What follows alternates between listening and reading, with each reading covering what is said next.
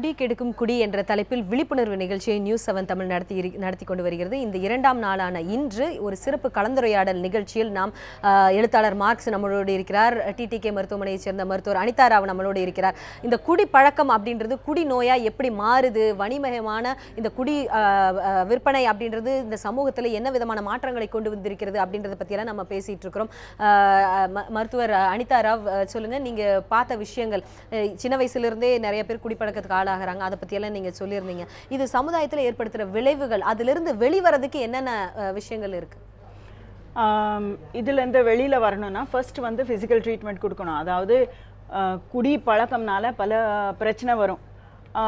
நீங்கள் காமிச்சிங்க, அந்த தலையிலேருந்து கால் வரைக்கும் ஒரு பாகம் கெட்டு போகும், நிறைய வியாதி இருக்குது.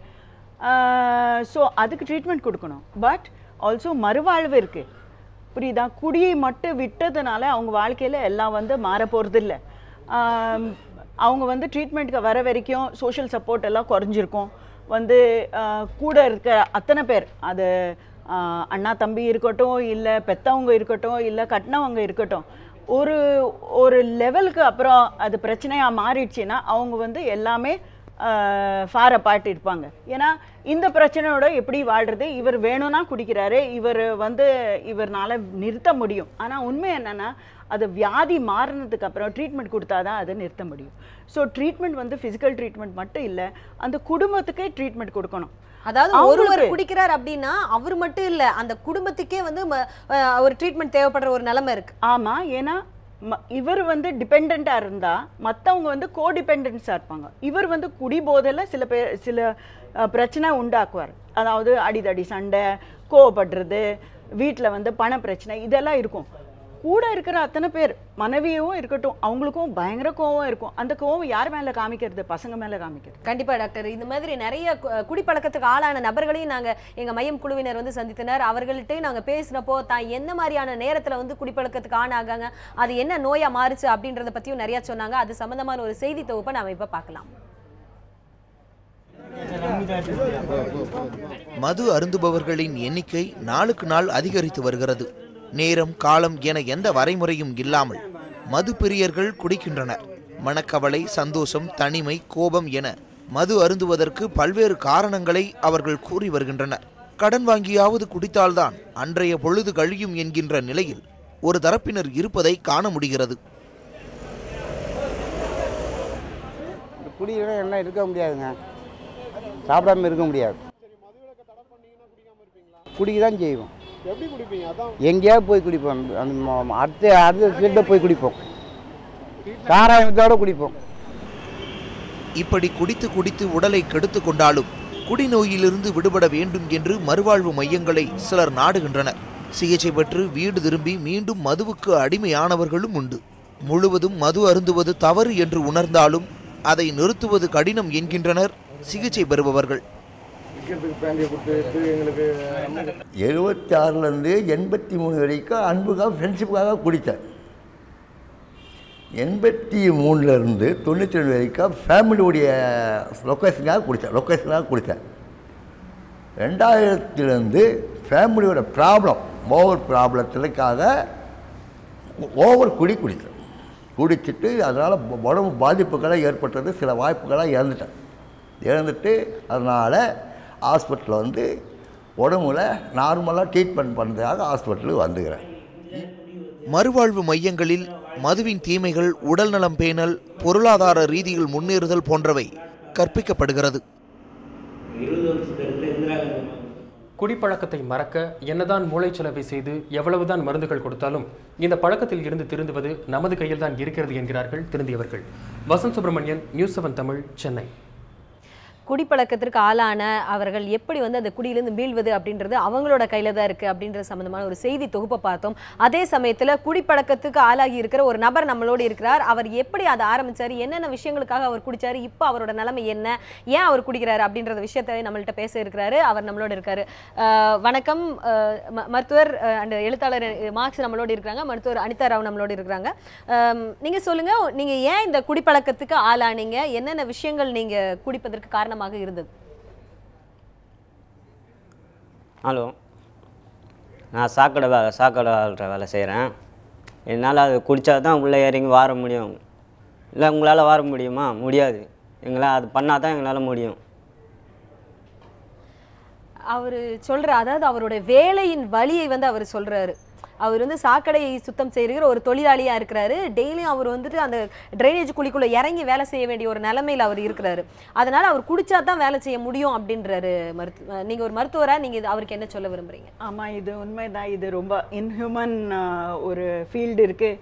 அந்த நம்ம நாட்டில் தான் அந்த மாதிரி ட்ரைனேஜில் வந்து உள்ளே போய் எடுக்கிறது இது கஷ்டமான வேலை தான். நம்ம மேனுவலாக எடுக்கிறது அதை வந்து ஸ்டாப் பண்ணோம் நம்ம நாட்டில். உண்மைதான், அந்த வேலை செய்யும்போது அவருக்கு வந்து அது இல்லாமல் போக முடியாது அவர் சொல்கிறாரு. பட் இந்த வேலை தவிர்த்து வேறு வேலை தேடணும். அது ஒன்று. நம்ம கவர்மெண்ட் வந்து இந்த பழக்கம் வந்து ஸ்டாப் பண்ணணும். மேனுவலாக இந்த ட்ரைனேஜ் கிளீனிங் பண்ணுறது எல்லாம். சார் நீங்க சொல்லுங்க, உங்களுடைய குடிப்பழக்கம் அப்படின்றது எந்த வயசுல ஆரம்பிச்சது? எப்ப இருந்து நீங்க குடிச்சிட்டு இருக்கீங்க? 20 வயசுலேருந்து. உங்களுடைய இந்த மது பழக்கம் அப்படின்றது டெய்லியும் இருக்குமா? எப்படி உங்களுடைய மது உட்கொள்கிற விதம், அந்த எவ்வளவு நீங்க அந்த மாதிரி குடிக்க ஆரம்பிச்சிட்டு இருக்கீங்க? நம்ம பைசா கிடைச்சா தான் குடிப்போம், இல்லைன்னா சைலண்டாக வீட்டுக்கு போட வேண்டியதான். இந்த மாதிரி அவங்க வந்து கிடைச்சா, காசு கிடைச்சா அதிகமாக குடிக்கிறாங்க, இல்லாட்டி குடிக்கிறது இல்லை. இந்த மாதிரி விட்டு விட்டு குடிக்கிறாங்க இல்லைங்களா? இது இவங்களுக்கு என்னென்ன பாதிப்புகள் ஏற்படும்? இந்த பிஞ்ச் ட்ரிங்கிங் அப்படின்னு கிடைச்சா அதிக அளவில் குடிக்கிறது, அப்படி இல்லாமல் இருந்தால் குடிக்காமல் இருக்கிறது. பைசா கிடைச்சா நிறைய பேர் அந்த மாதிரி இருக்காங்க.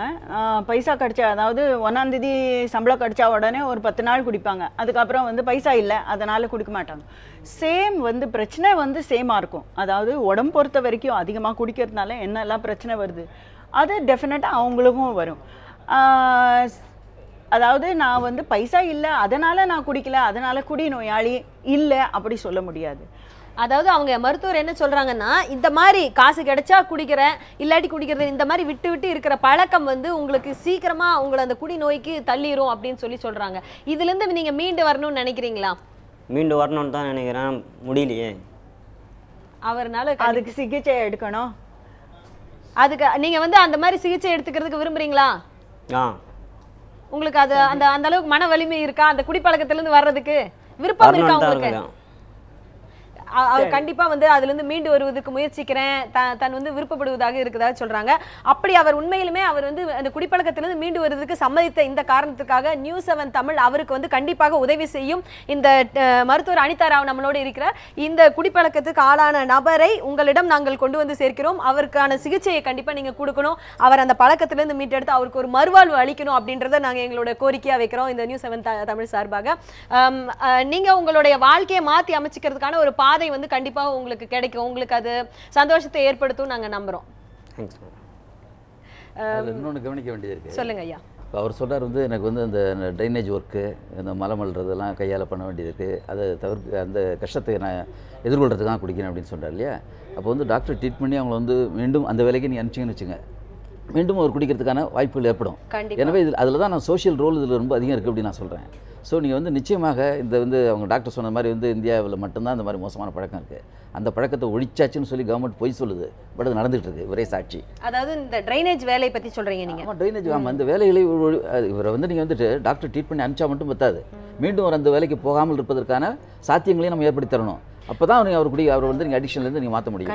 கண்டிப்பாக நீங்கள் சொன்னீங்க இல்லையா, அதாவது இந்த குடி நோய் அப்படின்றது வந்துட்டு அவரை மட்டும் இல்லாமல் அந்த குடும்பத்துக்கே நம்ம ட்ரீட்மெண்ட் கொடுக்க வேண்டியது அப்படின்னு. அது ஏன் அந்த மாதிரி ஃபுல் என்டையர் ஃபேமிலி நம்ம ஃபோக்கஸ் பண்ண வேண்டிய தேவை எப்படி ஏற்படுகிறது? ஏன்னா இவர் ஒருத்தரோட பழக்கம்னால ஃபுல் ஃபேமிலி வந்து பாதிக்கும். அது மட்டும் இல்லை, நேச்சுரலி பண விஷயம் இல்லை வேலை விஷயம் இந்த மாதிரி பல பிரச்சனை இருக்கும். ஒரு ரோல் மாடல் கரெக்டாக இருக்காது. ஸோ குடும்பத்தில் பல பிரச்சனை இருக்கும். பாவர்ட்டி அந்த மாதிரி எல்லாம் கூட பிரச்சனை வரலாம். ஸோ அந்த மனைவி பசங்க அவங்களுக்கு பாதிப்பு வருது பாருங்கள். அவங்க இந்த ஸ்டிக்மானால யார்கிட்ட பேசக்கூடாது, யார்கிட்ட சொல்லக்கூடாது, அந்த பசங்களுக்கு வந்து ஃபீல் பண்ணக்கூடாது, ட்ரஸ்ட் பண்ணக்கூடாது. ஏன்னா பல விஷயம் வந்து அம்மா அப்பா சொல்லுவாங்க, நான் செய்ய மாட்டாங்க, செய்ய முடியல அவங்கனால. ஸோ இந்த மாதிரி டோன்ட் ட்ரஸ்ட், டோன்ட் ஃபீல், அந்த மாதிரியெல்லாம் அவங்களுக்கு ரூல்ஸ் இருக்கும். ஸோ அந்த பசங்களுக்கும் மனைவிக்கு ட்ரீட்மெண்ட் கொடுக்கறது ரொம்ப முக்கியம். கண்டிப்பா கண்டிப்பா. இப்போ இவங்க சொன்னாங்க இந்த ஒரு குடும்பத்துக்கே நம்ம வந்து ட்ரீட்மெண்ட் கொடுக்க வேண்டிய நிலைமை இருக்கு. அதே சமயத்தில் நீங்க சொன்னீங்க சமூகத்தில் ஏற்படுத்த வேண்டிய மாற்றங்கள் அப்படின்னு. இந்த ட்ரைனேஜில் வேலை செய்யற இந்த இவர் நம்மள்கிட்ட பேசினார். இது மாதிரி வேற என்னென்ன தொழில் இருக்கிற நம்ம சகோதரர்களை நம்ம கருதுவோம். அவங்கள என்னென்ன மாதிரியான துறையில் இருக்கிறாங்க, அவங்களுக்கான தீர்வுகள் என்னென்னவாக இருக்கும்? வெறுமனே இது வந்து ஒரு ஆக்குபேஷனல் ஹசார்டுங்கிற மாதிரி பார்க்க முடியாது. இவருக்கு அந்த மாதிரி சொல்றாரு.